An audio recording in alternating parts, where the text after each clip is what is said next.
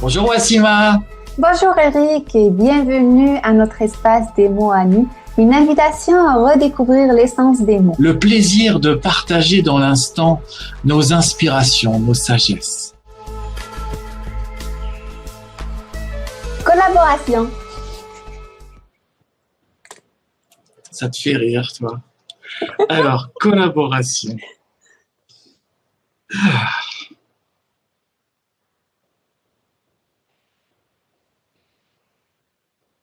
Alors évidemment, il y a plusieurs types de collaboration. Moi, celle qui m'intéresse, c'est la collaboration non conflictuelle, la collaboration fluide, la collaboration qui coule de source. Moi, c'est cette collaboration-là qui m'intéresse. Quand on parle de collaboration entre deux humains ou plusieurs, la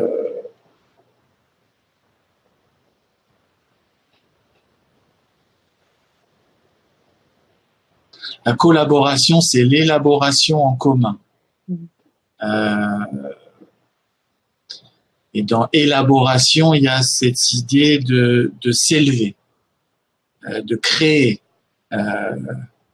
Et élaborer, ça veut dire aussi quelque chose d'abouti, de travailler, de réfléchi, d'où l'intérêt d'être plusieurs et de se concerter et de co-créer. Donc la collaboration, c'est une aventure merveilleuse, humainement parlant, et ça peut être aussi un grand défi et une source de grande souffrance.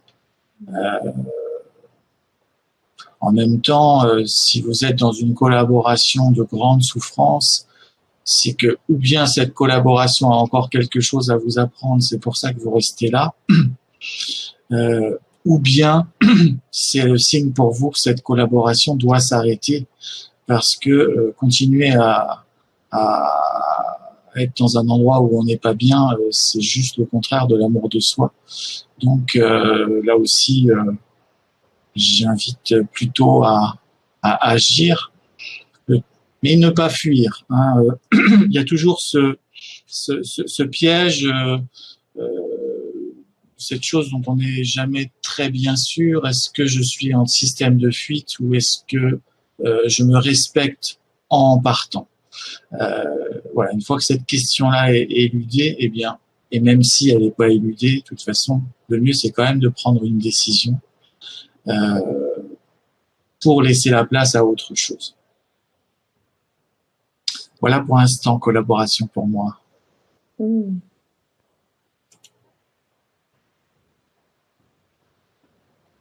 J'aime beaucoup comment tu l'as dit, tu sais, aussitôt que tu expliquais le mot collaboration, j'ai commencé à avoir colle, donc on se colle pour labourer ensemble. Ah ouais, aussi. Et action, c'est se mettre en action. Et l'action, bien sûr, elle n'est pas perpétuelle. C'est quelque chose qui est cyclique. Et donc, on se colle pendant un certain moment, une certaine période pour amener à faire un projet, apprendre. La collaboration, elle se fait pas juste dans le travail, elle se fait dans la famille, elle peut se faire dans le couple, entre amis. La collaboration a plusieurs facettes, en fait. On collabore même on collabore avec nos êtres magiques, avec la nature. Il y a plein de choses avec lesquelles on collabore. Et donc, c'est comme notre intention, elle est amenée un peu à ce lien entre nous dans le but de faire, de construire, d'expérimenter.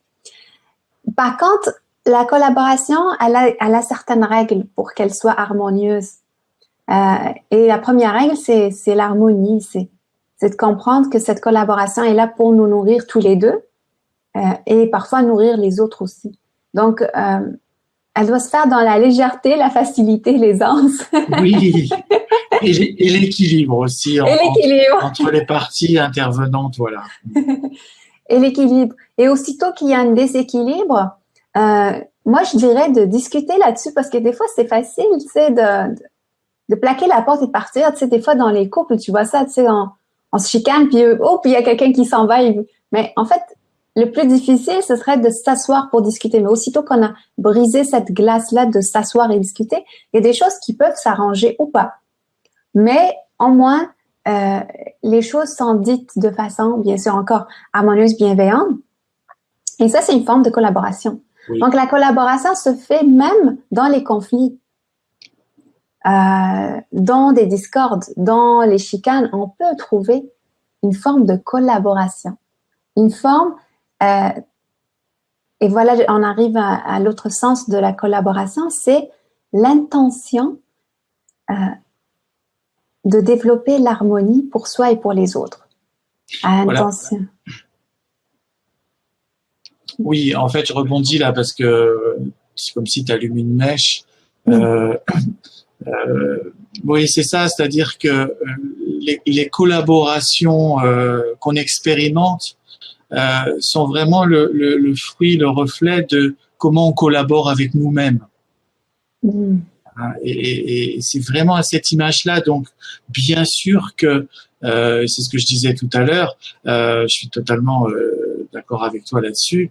La collaboration, elle peut se faire aussi dans le défi, dans le challenge, et ça peut être riche à condition, comme tu l'as très bien dit, de pouvoir s'asseoir et discuter sans jeu de pouvoir. J'insiste là-dessus parce que dans les collaborations, quelles qu'elles soient, et bien sûr la famille, les amis, le professionnel et la nature, là, bon, avec la nature c'est un peu différent, mais en tout cas toutes les collaborations humaines, si elles sont teintées de jeux de pouvoir, bon, ça veut dire qu'on n'est pas en paix avec les jeux de pouvoir à l'intérieur, donc simplement il faut travailler. On a encore sans doute un peu trop d'ego, un peu trop de ci, un peu trop de volonté. Bon, voilà, on va apprendre, hein, et c'est fait pour. Donc tout ça est simplement enrichissant à partir du moment effectivement où on peut s'asseoir et discuter. C'est vraiment intéressant ce que tu dis. Tu sais, tu parles aussi du libre arbitre, parce que dans le jeu de pouvoir, il y a ce non-respect aussi, des fois de la volonté ou de ce que l'autre véhicule. Et donc, dans la collaboration, c'est important d'avoir ce libre arbitre, cette forme de respect du pouvoir de l'autre et de ce qu'il a à nous apporter. Aussi, une autre règle, c'est de comprendre que la collaboration n'est pas éternelle. Il n'y a aucune collaboration qui soit éternelle. Il y a juste des cycles, en fait, des cycles de rencontres d'âmes.